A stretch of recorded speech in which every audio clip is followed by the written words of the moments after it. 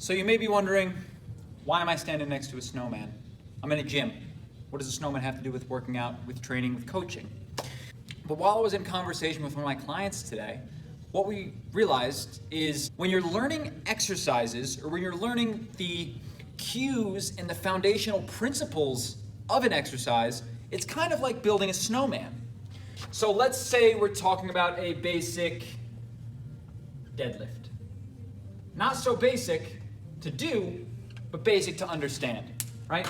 Out of frame, but your basic hinge down, hinge back up to standing. When you're building a snowman, the first thing is to build the base. So the base is understanding what the movement looks like. Can you competently push your butt back, keep your chest high, and let the kettlebell or the bar travel down to the floor in between the ankles and stand back up, right? The big ball, or the big base, is knowing how it looks, and at a small level, knowing how it feels, right? You understand how it looks. I need to get to point A to point B.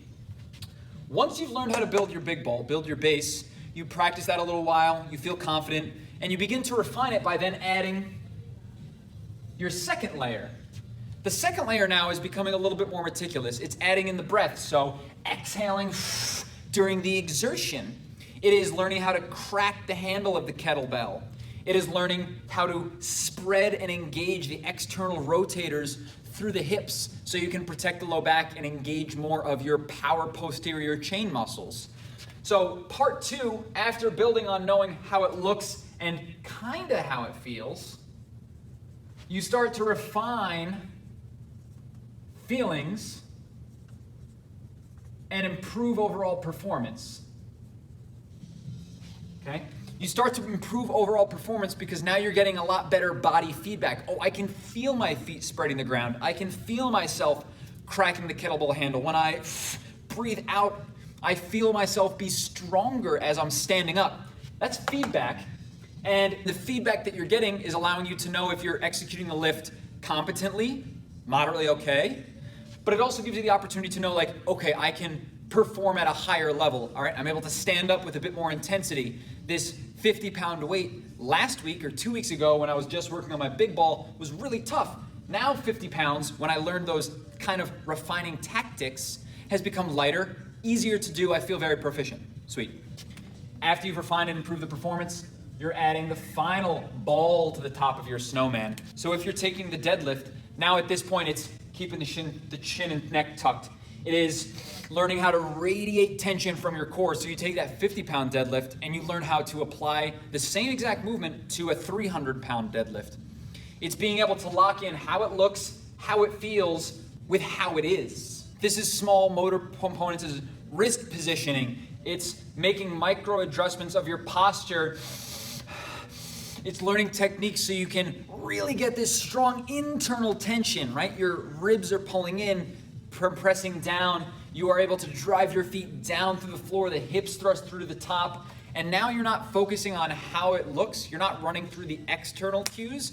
You're focusing a lot more deeply on the internal environment that's going on during these lifts. And now, even though I took this on, we'll say a deadlift scale, this can go for any type of movement, whether it is a mobility-based movement, a body weight-based movement, a cardiovascular movement.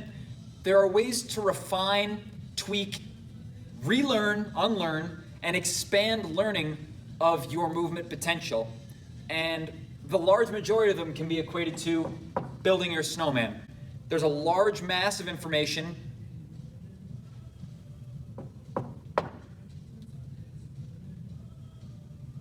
At first, you learn a general piece of information that's going to help you learn how to execute the lift at an entry level, to be able to do point A to point B.